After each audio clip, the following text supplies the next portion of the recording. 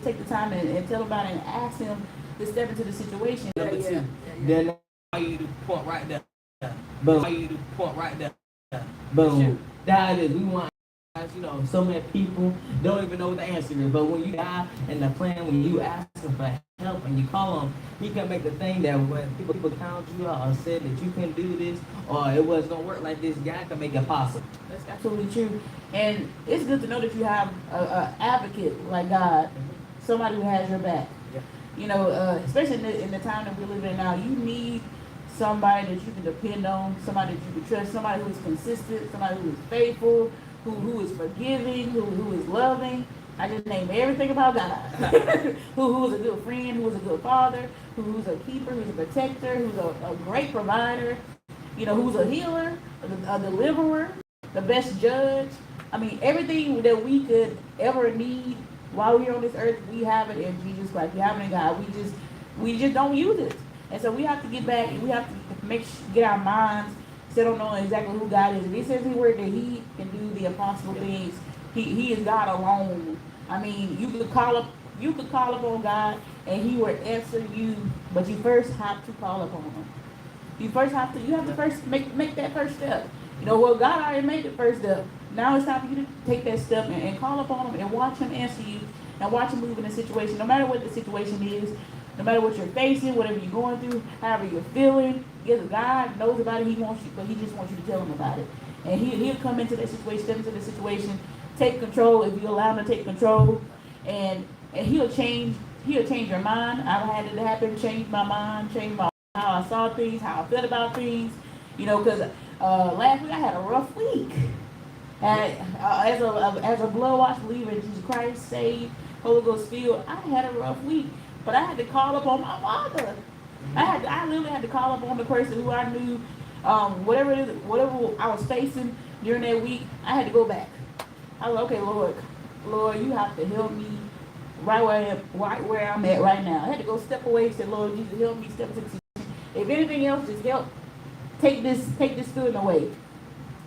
Change my mind, give me a better outlook right now where I'm at, and I'm gonna trust that you go do something about the situation. I need you to do this. I need you to do this for me. I need you to move these people out the way. I need you to do this. And guess what? He doing just that. But at first, I had to get out of myself because I told you I was mad. I was frustrated. But I had to go back and literally remember and remind myself who's the God that I serve. Mm-hmm. If I say he loves me, he's my protector, he's my keeper, he's all those things. He's my friend. I could tell him about everything because I had somebody literally whisper in my ear saying, this gonna happen, this gonna happen, this could happen. Don't you do this yet? And I didn't even ask for the advice. Mm-hmm. You see how the enemy come here to solicit the advice that you didn't even ask for. So I went to the one who I knew would lead and guide me. I called upon the Lord, and guess what? He answered me.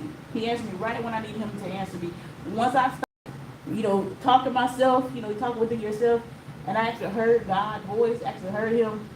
That's when he showed up.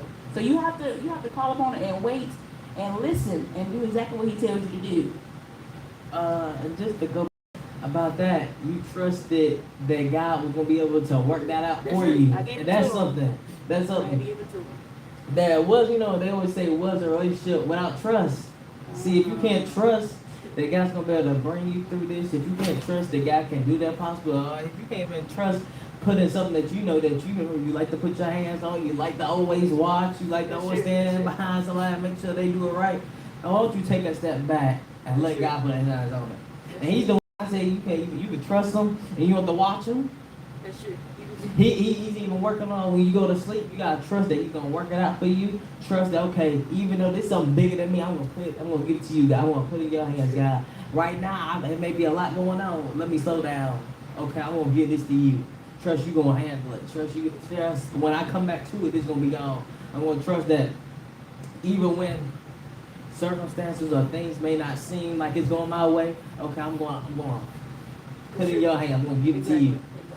You said something, trusting, you don't have to stand over and watch what God do it. Once you trust him and trust me, give it to him, you ain't gotta stand by him 24/7 say, move that to the right, move that to the left. No.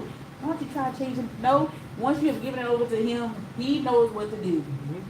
Once you have stepped, let go with however you feel, how you think things should go, give it over to him. He knows what's best. How some people they have like it's their profession where they know how to do things. So if I ask an electrician about a situation and I try to give him some advice and I don't know nothing about electrical work, I was like, well, how would you connect this wire to that wire? I'm probably gonna mess something up. I'm asking the professional. I know God is the professional of my life, so He knows exactly what it is I may ever face, whatever I may go through. He's the best person that I could talk to. He's the best person I can go to, who I can call upon. Then I know that'll show up. We talk about all the time. We call people. It's hard to get in touch with people sometimes. It's hard to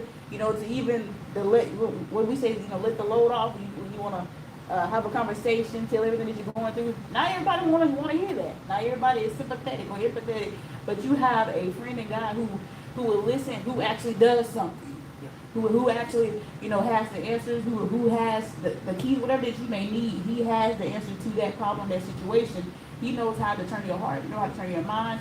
And you have to, I say again, you have to listen to him and trust. Like you said, what is a relationship without trust? Yeah. What is a relationship without trust? If I tell you, I want you to do something for me, I trust that you can do it because I've seen you do something amazing before. I know that you're dependable. So I said, if I give you a task, I already know EJ gonna take care of it. He gonna do it just as God. I've seen God do too much.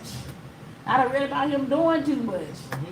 I've actually seen him do too much, experienced him doing too much for me, not to trust that he'll do it. He'll do it for you. If I tell you he'll do it for you, I know he can do it for you because he did it for me. Mm-hmm. Or I saw him do it for somebody else. Or I heard somebody say that they did it for him. So there is a track record of God, of all the wonderful things that he has done, and there's going to continue to be one.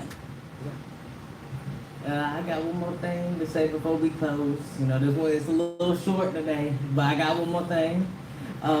Just to go back to what you're saying, and I think it was maybe verse 3 in the Messenger says, give your servants a happy life. I put myself in your hands. You're well known as good and forgiving and big heart to all who ask for help.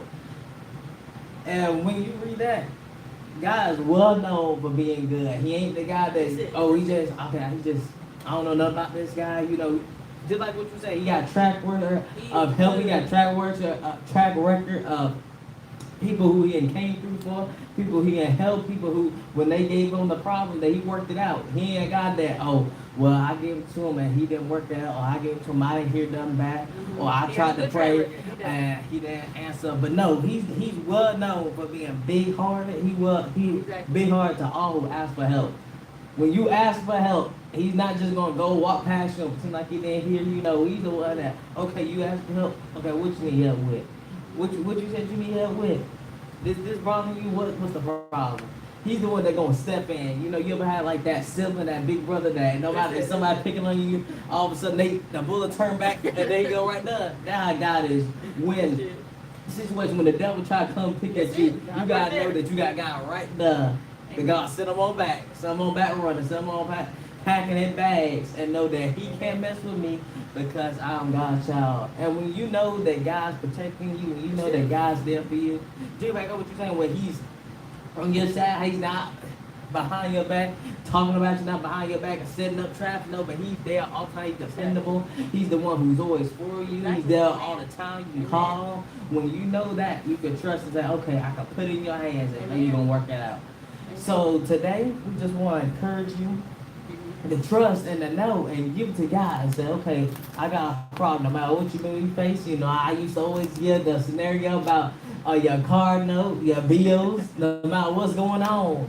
You can give it over to God and trust and know, okay, I give it to God, it's in your hands. I don't got to look over and direct you and supervise and oversee to make sure you do it right. But no, I can give those to you and know that your plans are better than mine. And know that your plan is always going to be the best plan and you got the best interest for me. Amen. So we'll see you next time. We got Thursday night Bible study at 6:30. We got Sunday worship at 10 o'clock. And we'll see you next time.